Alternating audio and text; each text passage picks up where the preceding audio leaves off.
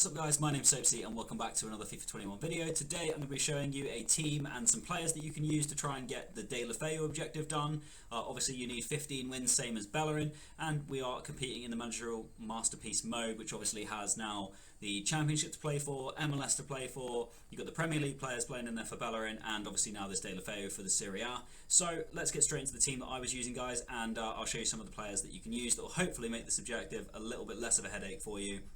And that you can get it a lot quicker and easier so that you can get it done. So if we hop over here, guys, to the objectives tab, you can see Deulofeu, very nice card, obviously one that I think is definitely worth grinding for, like that Bellerin. 15 wins I think is a little bit steep from EA, but what they're requiring is you need 30 goals for Serie A players, so obviously you need a full Serie A 11, 20 goals assisted with Serie A players. You're also going to need to assist with through ball and 4 separate ones, but that should come naturally with the use of wide through balls in this game anyway. Score finesse goals using Serie A players in 6 separate matches. That one I found a little bit difficult. I had to go a little bit out of my way as I find the finesse isn't as good in this game as it was before the patch. And then the last one, I'm still 2 wins away, but obviously I haven't been playing for too long, so 13 out of the 15 wins, but you need 15 with a starting 11 that are all Serie A. Obviously you can bring on players if you've got other options on the bench to bring on, if you keep the rating low enough that you could have there, such as, you know, your lone Mbappe's, etc., and the icons that are available now.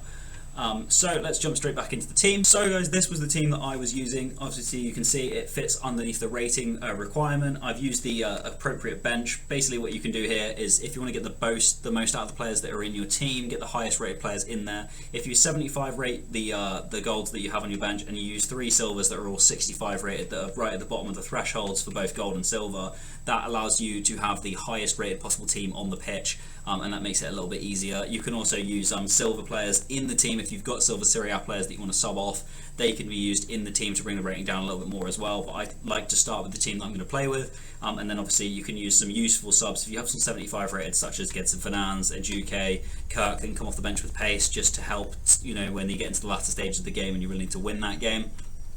This was the team I was using. Buffon I would recommend in goal. He's a little bit lackadaisical sometimes, but obviously still decent. You want to go for sort of an 82, 83.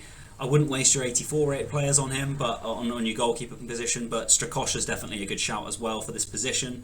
At the back, Bruno Perez at right back, very sweaty, very fast, very usable. Luis Felipe, 75 pace. I've gone for the inform Smalling with a shadow on him. Obviously Smaldini, very good in this game, 6'4", same as last year, with that shadow on makes him very nice. Theo Hernandez, a little bit more of an expensive option, but again, not too many players are that pricey in this game anyway. He's obviously got 92 pace, good defending stats as well.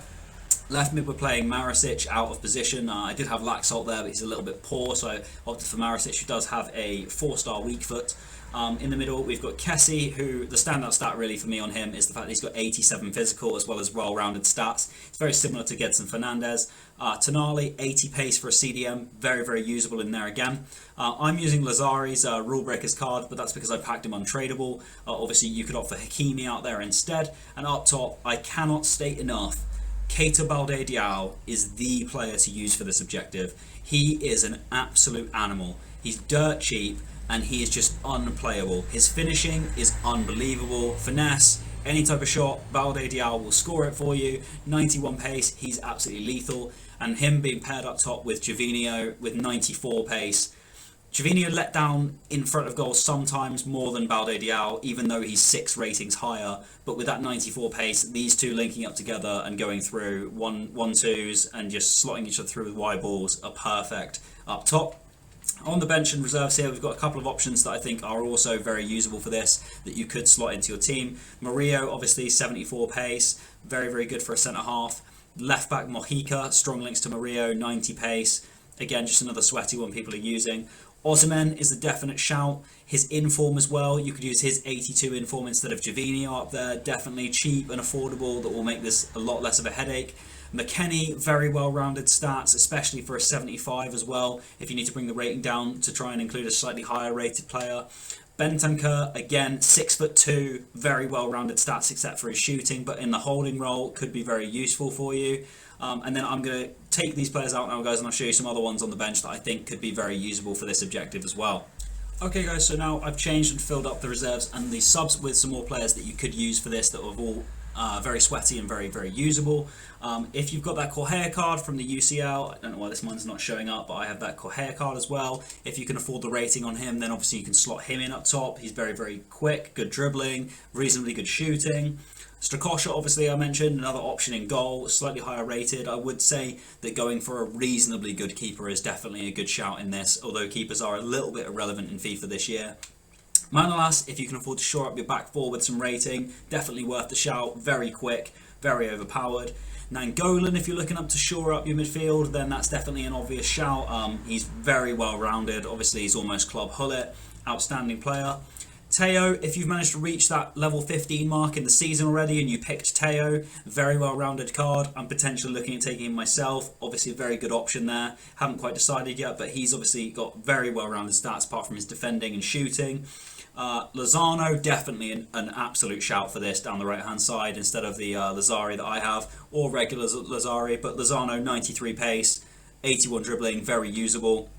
Deulofeu himself on the left hand side is definitely a better option than Marasic that I have there. I just can't afford him on the rating. Rebic up top, 88 pace, 80 shooting, 80 physical, all the things you could need in a striker as well. Similarly, Muriel, another one that's a great shout with 88 pace, 79 shooting. He's always been sweaty, always good in FIFA.